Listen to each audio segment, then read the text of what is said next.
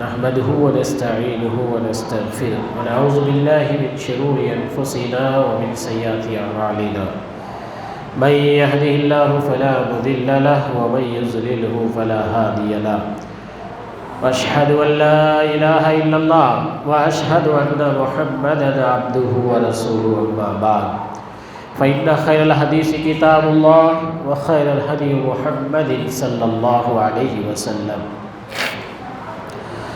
شر الأمور محدثاتها وكل محدثة بدعة وكل بدعة ضلالة وكل ضلالة في النار. أعوذ بالله السميع العليم من الشيطان الرجيم من همزه ونفخه ونفثه. بسم الله الرحمن الرحيم.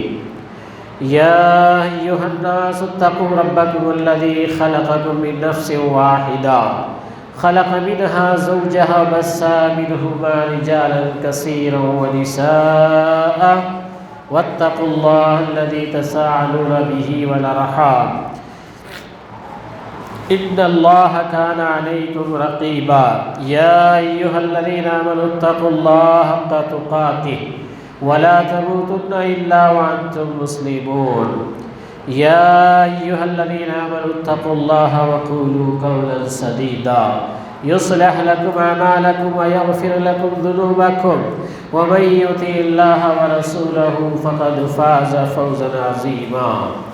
وقال الله تعالى عز وجل: يا أيها الذين آمنوا ادخلوا في السلم كافة ولا تتبعوا خطوات الشيطان إنه لكم عدو مبين. وقال الله تعالى عز وجل: فإن آمنوا بمثل ما آمنتم به فقد اهتدوا وإن تولوا فإنما هم في شقاق فسيكفيكهم الله وهو السميع العليم. تمام قسم کی حمد و ثنا، تعریف و کبریائی و بڑائی اللہ وحدہ لا شریک کے لیے لائق و زیبا ہے، جس نے ہمیں اور آپ کو پیدا فرمایا. بے شبہ درود و سلام ہو تمام انبیاء علیہ السلام کی جماعت پر، بالخصوص میرے اور آپ کے آخری نبی سید المرسلین جناب محمد رسول اللہ صلی اللہ علیہ وسلم پر. اللہم صلی علی محمد وعلی آل محمد کما صلیت علی ابراہیم وعلی آل ابراہیم انک حمید مجید. اللہم بارک علی محمد وعلی آل محمد کما بارکت علی ابراہیم وعلی آل ابراہیم انک حمید مجید. قابل احترام بزرگوں، نوجوان ساتھیوں، پس پردہ سننے والی اسلامی ماں اور بہنوں، آج کے ہمارے اس جمعہ کا عنوان ہے شہید محراب. شہید محراب سے مراد میری حضرت عمر بن خطاب رضی اللہ تعالیٰ عنہ کی شخصیت اور آپ کی فضیلت کا تذکرہ آج کے ہمارے اس جمعہ میں رکھنے جا رہے ہیں. سب سے پہلے اللہ رب العالمین نے قرآن مجید میں صحابہ کرام کی وہ فضیلت بیان فرمائی. صحابہ کرام بے شمار انگنت صحابہ کرام میں سے خلیفہ دوم حضرت امیر المومنین عمر بن خطاب رضی اللہ تعالیٰ عنہ کی کچھ زندگی کے تعلق سے آج لفظ کشائی کرنے کا موقع میسر ہو رہا ہے. تو آئیے اللہ رب العالمین نے روئے زمین کے لوگوں کے لیے کیا صحابہ کرام کی فضیلت بتائی ہے، دیکھتے ہیں. فَإِنْ آمَنُوا بِمِثْلِ مَا آمَنْتُمْ بِهِ فَقَدِ اهْتَدَوْا وَإِنْ تَوَلَّوْا فَإِنَّمَا هُمْ فِي شِقَاقٍ فَسَيَكْفِيكَهُمُ اللَّهُ وَهُوَ السَّمِيعُ الْعَلِيمُ. اللہ رب العالمین صحابہ کرام سے، اللہ کے نبی صلی اللہ علیہ وسلم سے مخاطب ہو کر صحابہ کرام کو کہتے ہیں، اگر وہ تم جیسا ایمان لائیں تو ہدایت پائیں، اور اگر وہ موڑیں تو وہ صریح اختلاف میں ہے. اللہ تعالیٰ ان سے عنقریب آپ کی کفایت کرے گا. نبی کریم صلی اللہ علیہ وسلم سے مخاطب ہو کر اللہ رب العالمین فرماتا ہے کہ اے نبی، آپ اور آپ کے جو صحابہ ہیں، ان کے بعد جو بھی قیامت تک آئیں گے، یہ تمام کے تمام اگر ان کی طرح ایمان لے کر آئے تو یہ ہدایت پائیں گے. کیسے ایمان لے کر آنا ہے؟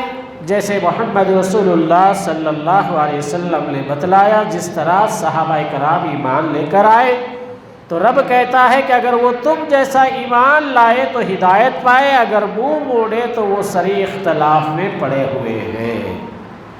اللہ تعالیٰ اسے عنقریب آپ کی کفایت کرے گا، اور وہ خوب سننے والا اور جاننے والا ہے۔ اس آیت کریمہ میں دو باتیں بڑی گہری بتلائی گئی۔ ایک یہ کہ صحابہ کرام کی طرح ہمارا ایمان ہونا چاہیے، دوسرا یہ کہ اگر ویسا ایمان نہیں ہوا تو پھر ہم اختلاف میں پڑے ہوئے مسلمان ہیں، ہم کوئی خالص ایمان والے نہیں ہیں۔ پھر ساتھ میں اللہ رب العالمین نے آیت کے آخر میں کہا عنقریب ہم آپ کی ان سے کفایت کریں گے۔ جو لوگ صحابہ کرام کے طریقے کو چھوڑ کر اپنی مرضی سے دین سمجھیں گے، اپنی مرضی سے ایمان لے کر آئیں گے، اپنی مرضی کے مطابق زندگی گزاریں گے، اللہ فرماتا ہے ایسے لوگوں کے لیے ہم تم کو کفایت کریں گے، اور وہ خوب سننے والا اور جاننے والا ہے۔ تو معزز سامعین کرام، اس آیت کریمہ سے صحابہ کرام کی فضیلت واضح ہے کہ انہی کی طرح ایمان لانا میری اور آپ کی زندگی کے لیے کامیابی کا باعث ہے۔ اگر ان کی طرح ہم ایمان نہیں لاتے ہیں تو پھر ہماری اختلاف کے سوا ہمارے پاس کچھ نہیں ہے۔ اور حضرت عمر بن خطاب رضی اللہ تعالیٰ عنہ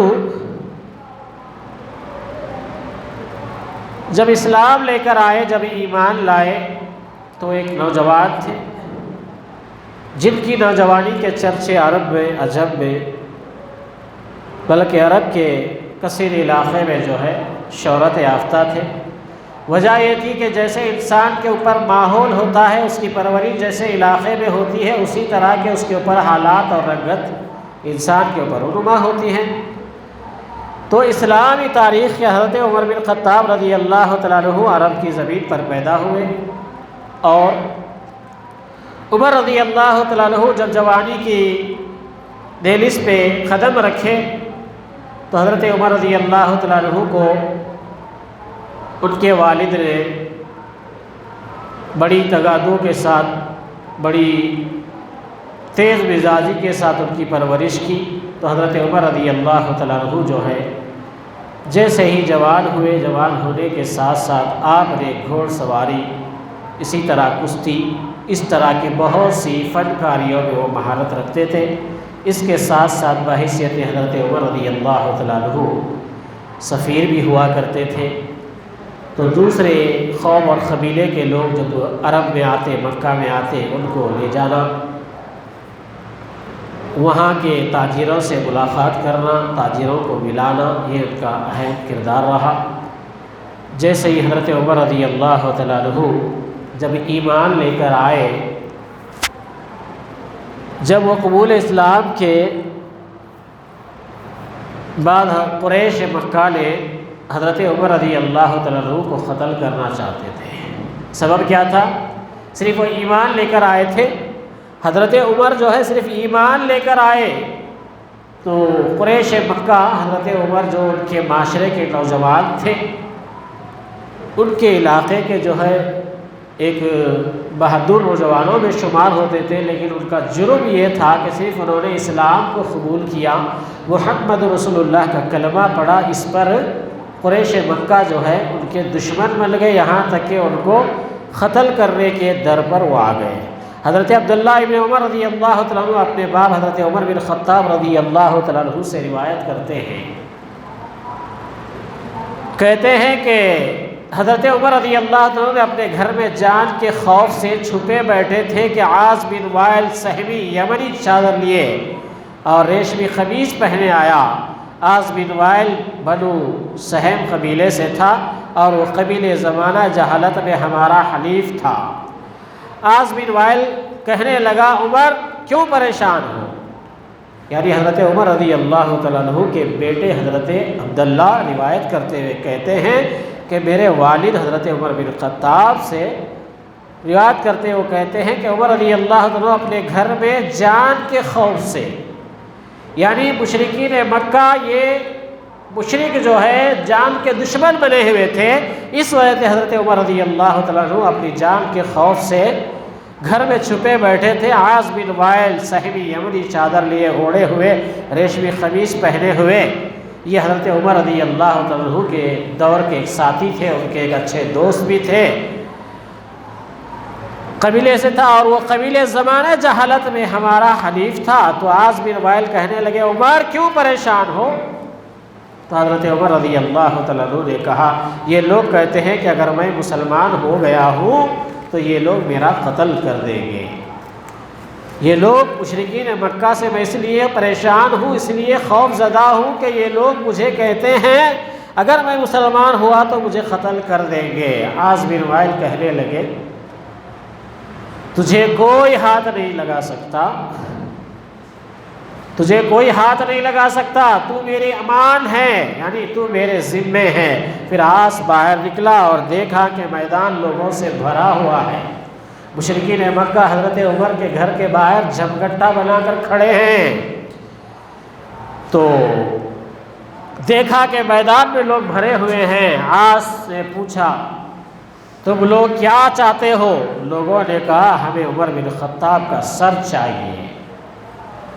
دیکھیے کوئی وجوہات تھی نہ کوئی ذاتی دشمنیاں تھی، دین کی دشمنی اس طرح تھی ان کے اندر کہ یہ مشرکین مکہ جو ہے صرف حضرت عمر بن خطاب رضی اللہ تعالیٰ عنہ کو، جو اپنی بستی کے، اپنے علاقے کے، اپنے محلے کے پلنے پھلنے والے اس نوجوان سے صرف اس لیے بغض و حسد رکھا، اس لیے دشمنی کی کہ یہ ایمان لے کر آئے اور چاہتے تھے کہ اس کا سر قلم کر دے۔ عاص رضی اللہ تعالیٰ عنہ حضرت عمر رضی اللہ تعالیٰ عنہ کے ساتھ ہی کہنے لگے، عاص نے پوچھا تم لوگ کیا چاہتے ہو؟ لوگوں نے کہا ہمیں عمر بن خطاب کا سر چاہیے جس نے اپنا دین بدل لیا ہے۔ جرم کیا تھا؟ دین بدل لیا ہے۔ ان کے باپ دادا کی طرح جہالت نہیں کر رہے تھے، ان کے باپ دادا کی رسم و رواجوں میں وہ حصے دار نہیں بن رہے تھے، یہ ان کی طرح دنیا کے اندر ذلت و رسوائی اور بے مرادی کی زندگی نہیں جی رہے تھے۔ اس لیے لوگوں نے کہا کہ ہمیں عمر بن خطاب کا سر چاہیے جس نے اپنے دین کو بدل لیا ہے۔ عاص کہنے لگا تم اس پر ہاتھ نہیں اٹھا سکتے۔ اس کے بعد لوگوں کا یہ عالم تھا کہ عاص کا یہ کہنا تھا جو عمر پر ہاتھ اٹھائے گا اس کے لیے عاص کافی ہوگا۔ تو یہ سننا تھا کہ لوگ وہاں سے نکل کر دوخ درجوخ نکل کر چلے گئے، چھٹ گئے اور پلٹ گئے۔ اسے عاص نے کہا تم اس پر ہاتھ نہیں اٹھا سکتے، اس کے بعد لوگ وہاں سے پلٹ کر چلے گئے۔ اس حدیث کو صحیح بخاری نے روایت کیا ہے۔ اسی طرح حضرت عمر بن خطاب رضی اللہ تعالیٰ عنہ جن کی زندگی یہاں ایمان سے شروع ہوئی، آخر اسلام کے لیے ہی وہ شہید ہوئے، اور ان کی شہادت کا حملہ محراب میں مصلی کے اوپر ہوا۔ اس لیے آج میں نے اس جمعہ کے عنوان کو شہید محراب کا نام دیا۔ تاریخ اسلام کے اندر یہ واحد شخصیت ہے جن کو نماز کی حالت میں دشمنوں نے بحالت نماز میں ان کے اوپر حملہ کر کے شہید کرنے کی کوشش کی، لیکن اس کے بعد بھی اللہ کی مرضی تھی 13 دن وہ روئے زمین کے اوپر زندہ رہے، اور اللہ رب العالمین کے ان دشمنوں کی پہچان کر گئے۔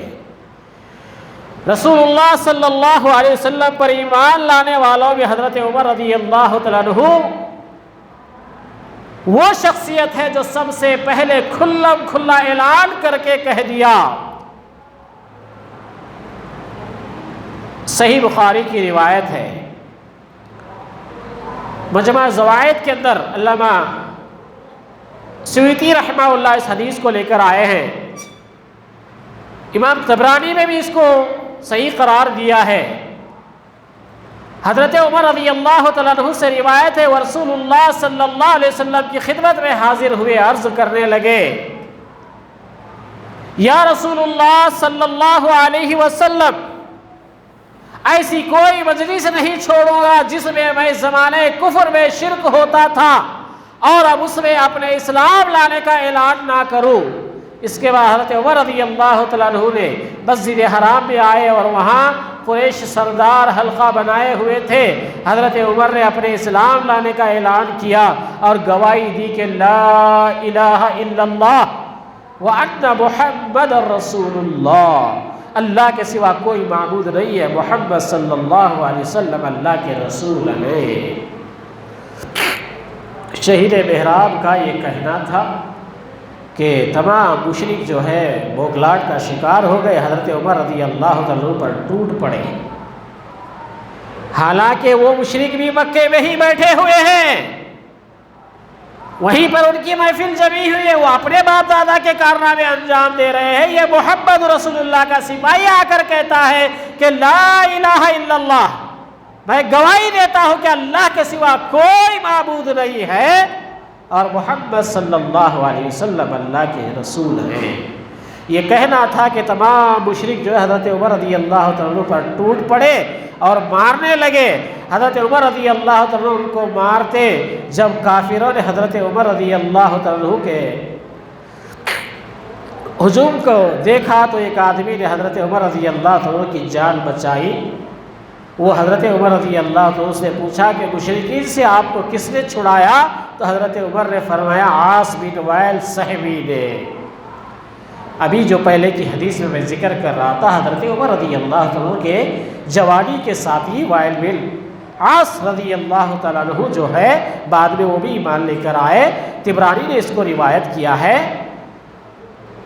حضرت عمر رضی اللہ عنہ کے قبیلے کے حلیف تھا یہ قبیلہ، جبکہ عاص بن وائل حضرت عمر بن خطاب رضی اللہ عنہ کے والد کے دوستوں میں سے تھے. لیکن اس کے باوجود حضرت عمر رضی اللہ عنہ کو مشرکین مکہ جب مارنے لگے مکے میں تو وہ آ کر انہیں بچا لیے. حضرت عمر رضی اللہ عنہ کے اسلام لانے کے بعد مسلمانوں کے حوصلے بلند ہو گئے. آج ہمارے معاشرے کا ایک نوجوان اگر حوصلہ مند ہوتا ہے تو ہماری سوسائٹی کو شرمندگی دیکھنا پڑتا ہے. آج ہماری سوسائٹی کا ایک نوجوان اپنی جوانی کی دہلیز کو چڑھتا ہے تو اس کی برائیوں سے، اس کے فتنوں سے، اس کے گناہوں سے لوگوں کو چہرے چھپانا پڑتا ہے.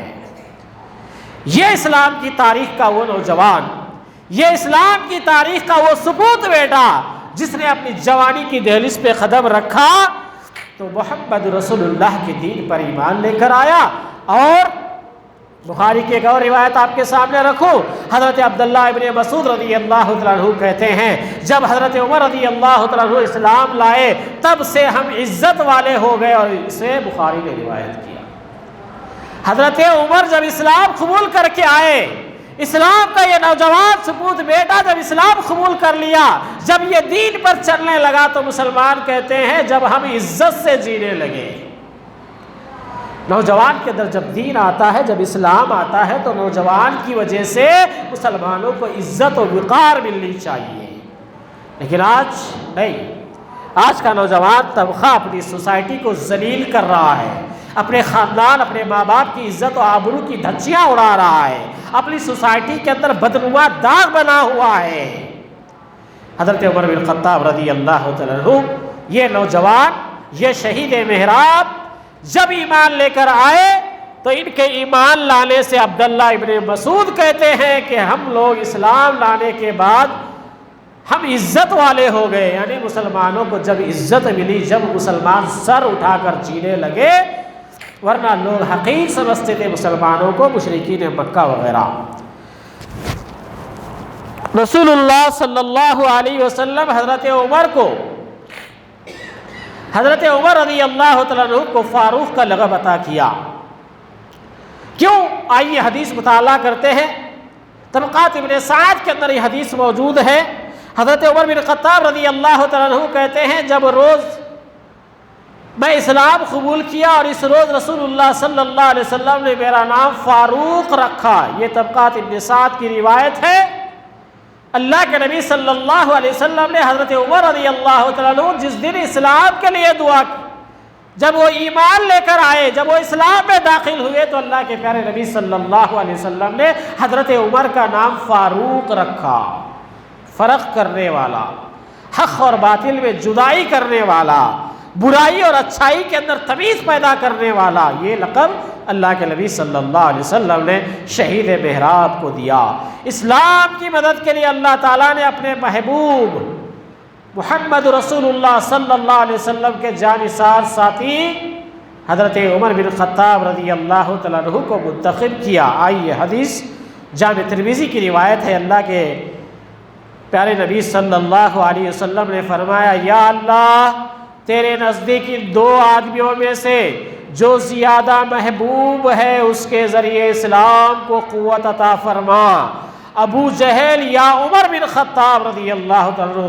راوی کہتے ہیں کہ دونوں میں سے حضرت عمر رضی اللہ عنہ کے محبوب ٹھہرے، یعنی اللہ کے نبی صلی اللہ علیہ وسلم نے اپنے سوسائٹی کے نوجوانوں میں سے دو نوجوانوں کے نام لے کر اللہ سے دعا کی، اے اللہ ابو جہل بن ہشام یا عمر بن خطاب، یہ دو نوجوانوں میں سے کسی ایک نوجوان کو اسلام کی بصیرت عطا فرما دے، اسلام کی توفیق عطا فرما دے۔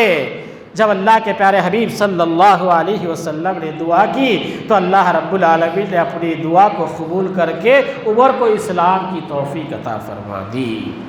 میرے بھائیوں، حضرت عبداللہ ابن عمر سے روایت وہ کہتے رسول اللہ صلی اللہ علیہ وسلم کی دعا قبول ہوئی تو اللہ تعالیٰ نے حضرت عمر بن خطاب رضی اللہ عنہ کو اسلام کا سپاہی بنا دیا۔ حضرت عمر فاروق رضی اللہ تعالیٰ عنہ جب اسلام قبول کیے، جب ایمان لے کر آئے تو لانے پر اللہ کے نبی نے ان کو فاروق کے لقب سے نوازا، اور رسول اللہ صلی اللہ علیہ وسلم نے اپنی جان سے بھی زیادہ انہوں نے عزیز رکھا۔ اسلام کی وجہ سے حضرت عمر رضی اللہ تعالیٰ عنہ نے نبی کریم صلی اللہ علیہ وسلم کو اپنی جان سے زیادہ عزیز تھے۔ آئیے روایت اس طرح ہے، اللہ کے پیارے نبی صلی اللہ علیہ وسلم کے یہ صحابی حضرت عبداللہ ابن حشام رضی اللہ تعالیٰ عنہ کہتے ہیں، ہم نبی کریم صلی اللہ علیہ وسلم کے ساتھ چل رہے تھے، جا رہے تھے، اور آپ نے حضرت عمر کا ہاتھ تھاما ہوا تھا۔ حضرت عمر نے عرض کیا، یا رسول اللہ صلی اللہ علیہ وسلم، آپ مجھے میری ذات کے علاوہ باقی ہر چیز سے زیادہ محبوب ہیں۔ اللہ، حضرت عمر کا ہاتھ پیارے نبی کے ہاتھ میں ہے، کہیں جا رہے ہیں، جاتے جاتے اللہ کے نبی صلی اللہ علیہ وسلم کے ہاتھ میں حضرت عمر رضی اللہ عنہ کا ہاتھ ہے، کہنے لگے، یا رسول اللہ صلی اللہ علیہ وسلم، میری جان کے علاوہ باقی سب چیزیں آپ کے لیے قربان ہیں۔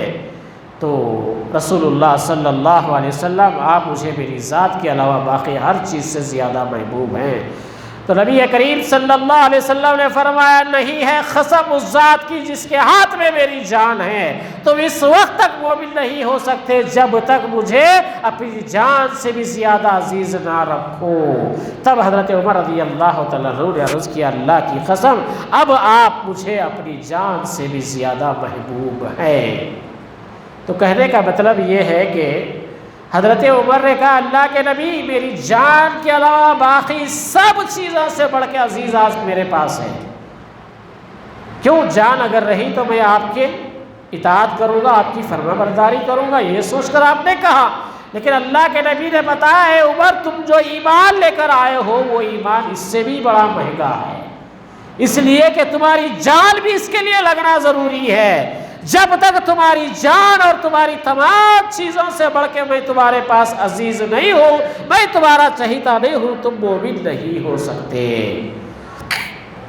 حضرت عمر نے کہا، قسم ہے اس ذات کی جس کے ہاتھ میں میری جان ہے، تم اس وقت تک مومن نہیں ہو سکتے جب تک مجھے اپنی جان سے بھی زیادہ عزیز نہ رکھو۔ تب حضرت عمر نے کہا، اللہ کی قسم اب آپ صلی اللہ علیہ وسلم مجھے اپنی جان سے بھی زیادہ محبوب ہیں۔ رسول اللہ صلی اللہ علیہ وسلم نے فرمایا، عمر تم پورے مومن ہوئے ہو۔ اس کو بھی بخاری نے روایت کیا ہے۔ تو یہ سوسائٹی کا وہ نوجوان ہے جو کہتا ہے کہ اللہ کے نبی، میری جان کے علاوہ سب کچھ آپ کے اوپر فدا ہے، میری جان کے سوا سب کچھ آپ کے لیے ہے۔ اللہ کے نبی نے فرمایا، اے عمر، جب تک تم اپنی جان سے زیادہ مجھے محبوب نہ رکھو تم مومن نہیں ہو سکتے۔ تو پتہ کیا چلا، ہر مسلمان اپنے نبی کے دین کو اپنی جان سے بھی زیادہ محبوب سمجھ رہا۔ آج ہم کہتے ہیں کہ یہ برائی نبی کے دین کے خلاف ہے تو لوگ بولتے ہیں اتنا کرے تو کیا ہوا، ایسا کرے تو کیا ہوا، اتنا کرے تو نہیں، تمہاری جان سے بھی بڑھ کے نبی کے دین کی حفاظت ہونا یہ مسلمان کی علامت ہے، یہ ایمان کی علامت ہے۔ اللہ کے نبی نے کہا اے عمر اپنی جان سے بھی زیادہ تم مجھے محبوب نہیں سمجھو گے تو تم مومن نہیں ہو سکتے۔ تو حضرت عمر نے کہا اب تم پورے مومن ہوئے ہو کیونکہ تم جان سے بھی زیادہ مجھے اپنے پاس محبوب رکھتے ہو۔ جان جاتی ہے کوئی پرواہ نہیں ہے، اللہ کے نبی کے دین پر کوئی آنچ نہیں آنی چاہیے۔ جان جاتی ہے کوئی پرواہ نہیں ہے، اللہ کے نبی کے دین کا نام لینے والا اللہ کے نبی کے دین پر ڈاکے نہیں ڈال سکتا۔ اللہ کے نبی کے دین کی بات کرنے والا اللہ کے نبی کے دین کے احکامات کا مذاق نہیں اڑا سکتا، شاعر اللہ کا مذاق نہیں اڑا سکتا، اللہ کے دین کے راہگیروں کا دشمن نہیں بن سکتا۔ تو اللہ کے نبی صلی اللہ علیہ وسلم نے حضرت عمر رضی اللہ تعالیٰ عنہ کی فضیلت میں یہ بات ارشاد فرمائی۔ صحیح بخاری کی روایت ہے، حضرت حمزہ رضی اللہ تعالیٰ عنہ اپنے والد حضرت عبداللہ ابن عمر بن خطاب رضی اللہ تعالیٰ عنہ سے روایت کرتے ہیں، رسول اللہ صلی اللہ علیہ وسلم نے فرمایا میں سو رہا تھا، خواب میں مجھے دودھ پیش کیا گیا حتیٰ کہ میرا ناخن یا میرے ناخن تک کے سیراب ہونے، پھر میں نے بچا ہوا دودھ عمر کو دے دیا۔ صحابہ اکرام نے عرض کیا اس کی تعبیر کیا ہے؟ تو آپ صلی اللہ علیہ وسلم نے ارشاد فرمایا علم ہے۔ شہید معراج کی یہ فضیلت ہے کہ حضرت عمر بن خطاب رضی اللہ عنہ کے بارے میں اللہ کے پیارے نبی صلی اللہ علیہ وسلم نے ایک خواب دیکھا۔ خواب کیا دیکھا؟ اللہ کے نبی کو خواب میں دودھ دیا گیا، اللہ کے نبی صلی اللہ علیہ وسلم وہ دودھ کا پیالہ لیے اور اتنا پیے کہ آپ کو ایسے محسوس ہوا کہ طبیعت میری مست ہو گئی ہے، اب میں فل پی چکا ہوں، یہاں تک کہ میرے ناخن تک میں محسوس کر رہا ہوں کہ میں پیٹ فل پی چکا ہوں۔ جیسے آدمی حد سے زیادہ کھاتا پیتا ہے تو اس کو کیا ہوتا ہے؟ محسوس ہونے لگتا ہے کہ اب مست ہو گئی طبیعت۔ تو اللہ کے نبی کہتے ہیں کہ میں نے اس دودھ کو اس حد تک پیا کہ میری طبیعت مست ہو گئی، پھر اس کے بعد وہ اور بچا ہوا تھا تو میں نے اس دودھ کو حضرت عمر بن خطاب رضی اللہ عنہ کو دے دیا۔ نبی کا خواب وہی ہوتا ہے، نبی کا خواب وہی ہوتا ہے، اللہ کی طرف سے ہوتا ہے۔ تو صحابہ نے پوچھا یا رسول اللہ پھر آپ کا وہ خواب کیا ہے، اس کی تعبیر بھی آپ بتا دیجئے، اس کی تعبیر بھی آپ سمجھا دیجئے۔ تو صحابہ اکرام کو اللہ کے نبی نے فرمایا اس خواب کی تعبیر علم ہے، علم، نالج، پڑھائی، علم ہے۔ تو حضرت عمر رضی اللہ تعالیٰ عنہ کی یہ شان ہے کہ اللہ کے نبی صلی اللہ علیہ وسلم کو جو علم دیا گیا اسی علم میں سے حضرت عمر کو دیا گیا۔ اللہ، یہ شہید محراب کی شان ہے، یہ مشرکین مکہ کی سوسائٹی کے اس نوجوان کا مرتبہ ہے کہ رب نے اپنے حبیب محمد رسول اللہ صلی اللہ علیہ وسلم کو جو علم دیا اسی علم میں کا کچھ حصہ حضرت عمر رضی اللہ تعالیٰ عنہ کو دیا۔ تو آئیے آگے چلتے ہیں۔ حضرت نبی کریم صلی اللہ علیہ وسلم نے یہ ارشاد فرمایا کہ میرے بعد اگر کسی کے لیے نبوت ہوتی تو وہ عمر کے لیے ہوتی۔ حدیث کیا ہے؟ حضرت عقبہ بن عامر رضی اللہ تعالیٰ عنہ راوی ہیں، وہ کہتے ہیں رسول اللہ صلی اللہ علیہ وسلم نے فرمایا اگر میرے بعد کوئی نبی ہوتا تو عمر بن خطاب ہوتا۔ اندازہ لگائیے، یہ شہید محراب کا وہ مرتبہ ہے۔ آج رافضیوں کو، آج کچھ اپنے آپ کو شیعہ کہنے والوں کو حضرت عمر کے نام سے متلی ہوتی ہے، پیٹ میں درد شروع ہو جاتا ہے۔ کیوں ہوتا ہے وہ کبھی اور موقع پہ آپ کے سامنے بتاؤں گا۔ حضرت عقبہ بن عامر رضی اللہ تعالیٰ عنہ کہتے ہیں کہ رسول اللہ صلی اللہ علیہ وسلم نے فرمایا اگر میرے بعد کوئی نبوت کسی کو ہوتی تو عمر بن خطاب کو ہوتی، لیکن نہیں ہے۔ اللہ کے نبی کے بعد نبوت کا سلسلہ ختم ہے۔ اللہ کے نبی نے کہا اگر میرے بعد نبوت جاری ہوتی تو حضرت عمر نبی ہوتے، لیکن نہیں ہے۔ تو یہ وہ معاشرے کے نوجوان کی سیرت ہے جس کو محمد رسول اللہ صلی اللہ علیہ وسلم نے بیان فرمایا۔ حضرت ابو ذر رضی اللہ عنہ کہتے ہیں کہ میں نے رسول اللہ صلی اللہ علیہ وسلم کو فرماتے ہوئے سنا، یقیناً اللہ تعالیٰ نے عمر رضی اللہ عنہ کی زبان پر حق جاری فرما دیا ہے، لہذا عمر رضی اللہ عنہ حق بات ہی کہتے ہیں۔ اس کو ابن ماجہ نے روایت کیا۔ اللہ اکبر! شہید معراج کی عظمت دیکھیے آپ، اللہ کے نبی کہہ رہے ہیں یقیناً اللہ تعالیٰ نے عمر کی زبان پر حق جاری فرما دیا ہے، لہذا عمر رضی اللہ عنہ بات کرتے ہیں تو وہ حق ہی کہتے ہیں۔ اللہ اکبر! 3 باتوں میں اللہ تعالیٰ نے حضرت عمر رضی اللہ عنہ کی خواہش کے مطابق آیات نازل فرما دی۔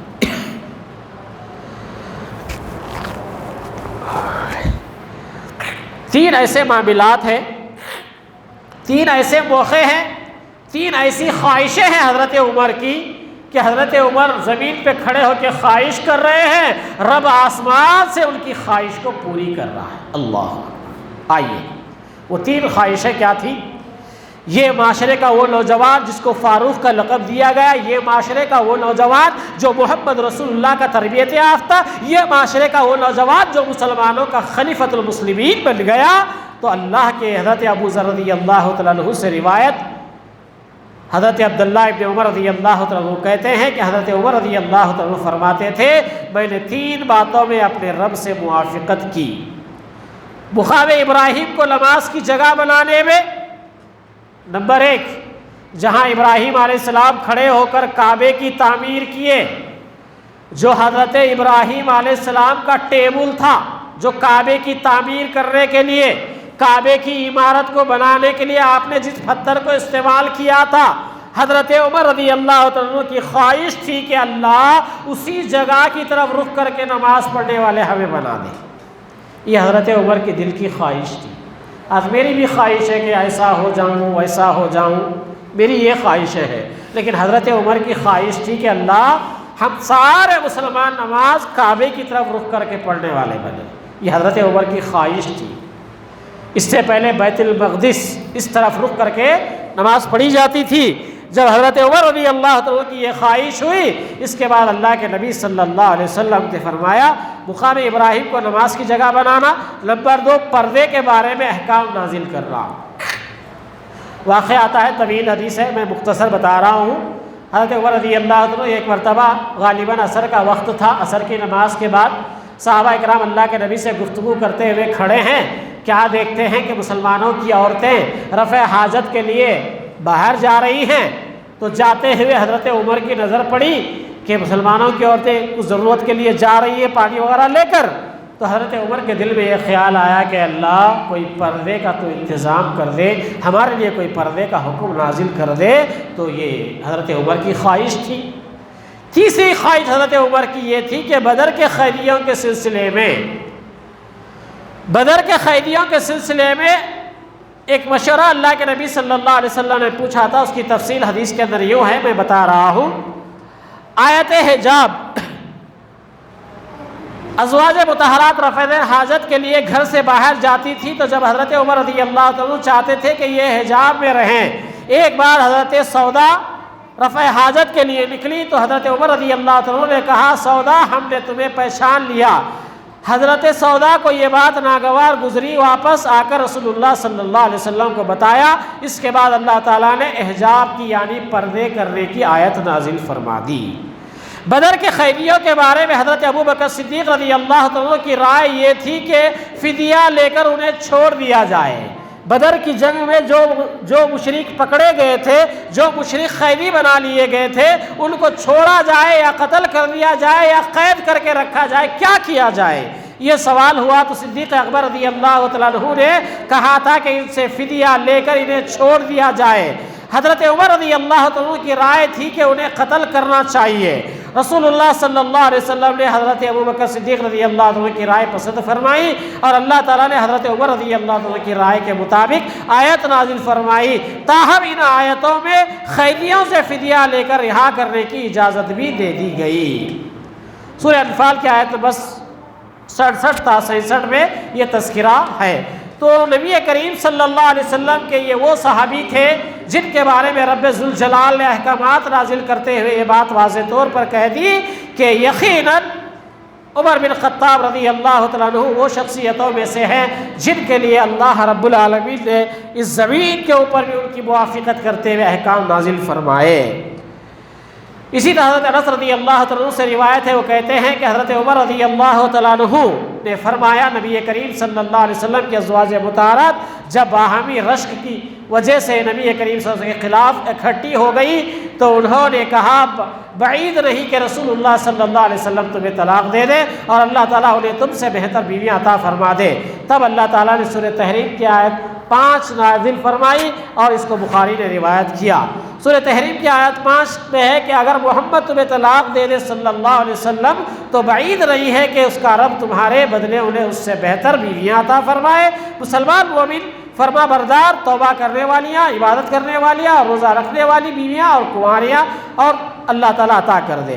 تو حضرت عمر رضی اللہ تعالیٰ کی خواہش تھی کہ مقام ابراہیم پر نماز پڑھنے کی آیت نازل ہوئی کہ جہاں کہیں بھی تم ہو مقام ابراہیم کی طرف اپنا رخ کر لو، سورہ بقرہ آیت نمبر 125 کے تحت۔ اسی طرح شراب کی حرمت کا حکم بھی حضرت عمر رضی اللہ تعالیٰ کے بار بار خواہش پر ہی نازل ہوا۔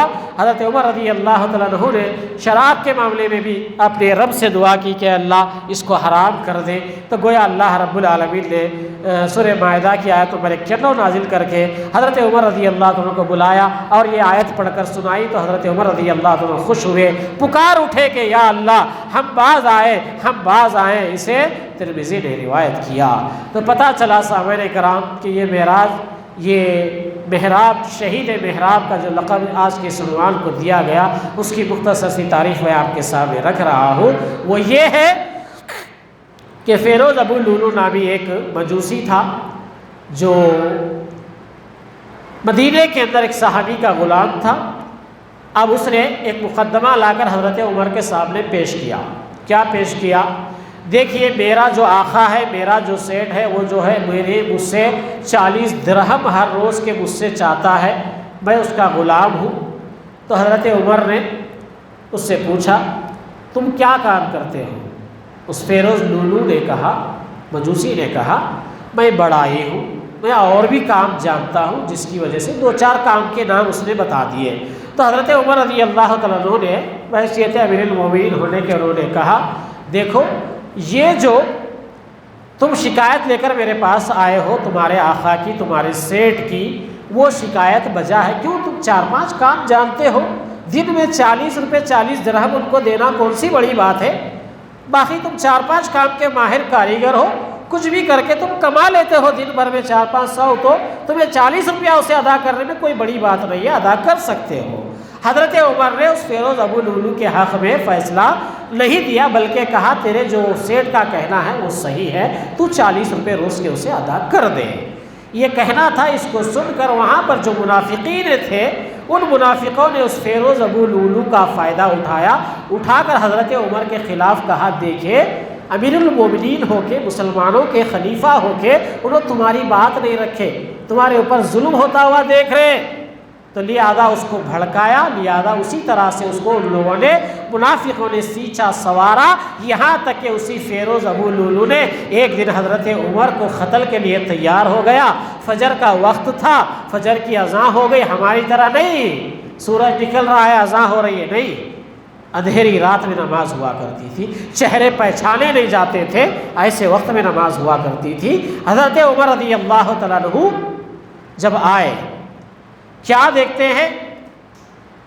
نماز کے لیے جب آئے تو وہ پہلے سے محراب میں چھپا بیٹھا ہوا ہے، خنجر لے کر، چھری لے کر چھپا بیٹھا ہوا ہے۔ کہنے والے مؤذن نے اذان اقامت کہہ دی، امیر المومنین عمر بن خطاب رضی اللہ تعالیٰ عنہ جو ہے یہاں سے نماز کے لیے آگے بڑھے۔ جیسے نماز کے لیے انہوں نے تکبیر تحریمہ کہی اور ہاتھ باندھا تو وہ بیٹھا ہوا مجوسی فیروز ابو لولو جس کی کلیت ہے، اس خبیث کے بچے نے وہاں سے اٹھ کر نکلا اور حضرت عمر بن خطاب کے ناف کے نیچے خنجر گھسا دیا۔ یہاں تک کہ آیا روایت میں 13 زخم ہوئے، اور اس دن ساری صفوں کو ڈھکلتا ہوا وہ بھاگا تو مصلیوں میں بھی، نمازی میں بھی جو ہے 13 سے 14 شخصوں کو زخمی کرتا ہوا نکل کر بھاگ گیا۔ آخر میں تحقیق ہوئی تو حضرت عمر رضی اللہ تعالیٰ عنہ اس کے بعد کچھ دن علالت میں رہے، تو حضرت عمر رضی اللہ تعالیٰ عنہ کو جو خنجر لگا تھا وہ ناف کے نیچے تھا۔ یہ حدیث سے بھی اس بات کی دلیل ہوتی ہے کہ نماز میں ہاتھ ناف کے نیچے اگر حضرت عمر کے ہوتے تو پیٹ پھٹ کے آپ کی انتڑیاں باہر نہیں نکلتی۔ کیوں؟ آپ کی یہ انتڑیاں جو ہے پھٹ کر پیٹ کے باہر نہیں نکلتی تھی، بلکہ آپ کے ہاتھ میں زخم لگنے سے کچھ حصہ خنجر کا بھلے پیٹ کو لگ سکتا تھا۔ تو پتہ چلا کہ حضرت عمر کے ہاتھ ناف سے اوپر تھے، جس کی وجہ سے خنجر آسانی سے پیٹ کو پھاڑ دیا۔ تو حضرت عمر رضی اللہ تعالیٰ اس طرح اس مجوسی کی وجہ سے شہید کر دیے گئے، اور وہ شہید محراب ہیں۔ اور حضرت عمر رضی اللہ تعالیٰ کی بے شمار فضائل ہیں۔ اللہ کے نبی صلی اللہ علیہ وسلم نے ایک مرتبہ فرمایا، حضرت عمر وہ ہے وہ جس راستے سے چلتے ہیں اگر وہاں سے شیطان آ رہا ہے تو اپنا راستہ بدل لیتا ہے۔ میرے بھائیو، یہ سب کیا ہے؟ توحید کی بنیاد پر ہے۔ یہ سب کیا ہے؟ توحید کی وجہ سے ہے۔ یہ سب کیوں ہے؟ اللہ کے اس دین کے اوپر ایمان لانے کی برکت سے ہے۔ تو ایک حدیث میں آپ کے سامنے رکھ کر اپنی بات کو ختم کرتا ہوں۔ اللہ کے اس پیارے صحابی حضرت عمر بن خطاب رضی اللہ تعالیٰ عنہ ایک دن مکہ میں آئے۔ آ کر کیا دیکھتے ہیں؟ کعبے کی جو چوکوں جو دیوار ہے، کعبے کا جو اسٹرکچر ہے، اس کے اندر ایک حجر اسود پتھر نصب ہے۔ اس پتھر کی طرف آپ اشارہ کر کے مخاطب ہو کر کہنے لگے، بخدا مجھے خوب معلوم ہے تو ایک پتھر ہے، خوب معلوم ہے تو ایک پتھر ہے، اور پتھر کے سوا کچھ نہیں ہے جو نہ تو کوئی نفع دے سکتا ہے نہ ہی تو کوئی نقصان دے سکتا ہے۔ اگر میں نے رسول اللہ صلی اللہ علیہ وسلم کو تجھے بوسہ دیتے ہوئے نہیں دیکھتا تو میں کبھی تجھے بوسہ نہیں دیتا تھا۔ تو حضرت عمر رضی اللہ تعالیٰ عنہ نے جب اس کعبے کی طرف حجر اسود کو مخاطب کر کے یہ بات کہی تو امت مسلمہ کو عقیدہ سکھا کر گئے۔ کیوں؟ پتھر ہی ہے، وہ پتھر نبی کے کہنے کی وجہ سے بھی وہ فائدہ نہیں پہنچا سکتا، نہ وہ خود چاہ کر کسی کو نقصان دے سکتا ہے۔ صرف نبی نے اس کو بوسہ دیا ہے، یہ ہم امتی نے دیکھا ہے۔ تو حضرت عمر کہتے ہیں، میں نے اگر اس کو نبی کو بوسہ دیتے ہوئے نہ دیکھتا تو میں بھی کبھی اسے بوسہ نہیں دیتا، لیکن میرے نبی نے اس کو بوسہ دیا ہے، اس لیے میں بھی بوسہ دیتا ہوں۔